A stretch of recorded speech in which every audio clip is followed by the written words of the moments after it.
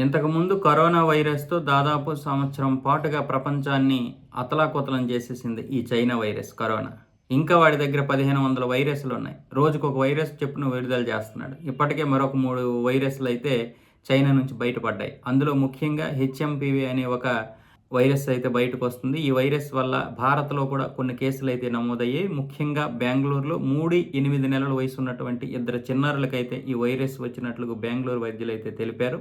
అయితే ప్రస్తుతానికి ఎటువంటి వైరస్ సోకినా కూడా ఎదుర్కొనే పరిస్థితుల్లో మనమున్నాం. ముఖ్యంగా భారత వైద్య వ్యవస్థ అయితే చాలా బాగుంది. మెరుగైన పద్ధతిలో ఉంది. కాబట్టి ఎవరు భయపడాల్సిన అవసరం లేదంటూనే కొన్ని హెచ్చరికలైతే జారీ చేశారు. ప్రతి ఒక్కరూ ఎవరికి వారు వ్యక్తిగత భద్రత అయితే పాటించాలి. వ్యక్తిగతంగా అయితే ఎవరికి వారు ఆ వైరస్‌ని అరికట్టగలగాలి. ఎవరు కూడా ఏ వైరస్‌ని కూడా ప్రోత్సహించకూడదు.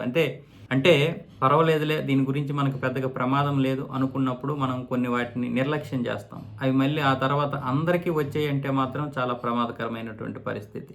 చిన్నపిల్లలైనా, పెద్దవాళ్ళైనా మొదటిసారి మనకు రాకుండా మనం చూసుకోవడానికి కొన్ని జాగ్రత్తలైతే పాటించాల్సింది. వ్యక్తిగత భద్రత అయితే ఎవరికి వారే పాటించాలని బెంగుళూరు వైద్యులైతే ఒక విధంగా మనకి హెచ్చరికలు జారీ చేశారు. నిజానికి చైనా వాడి దగ్గర ఉన్న 1500 వైరస్‌లో ప్రపంచంలో ఎప్పుడు ఏదో ఒక వైరస్‌ని వదులుతూనే ఉంటాడు. మొత్తానికి వాడు ఆర్థికంగా పైకి ఎదగడానికి, మనల్ని కిందకి తోసేయడానికి, ఎన్ని కుట్రలు, కుతంత్రాలు చేయడానికైనా వెనకాడడు. నిజానికి ఇది ఈ ప్రపంచంలో బహిష్కరించాల్సినటువంటి దేశ జాబితాలో మొట్టమొదటి చైనా మరో 10, 15 సంవత్సరాల్లో ఆ లిస్టులోకి అయితే వస్తుంది నిజంగా.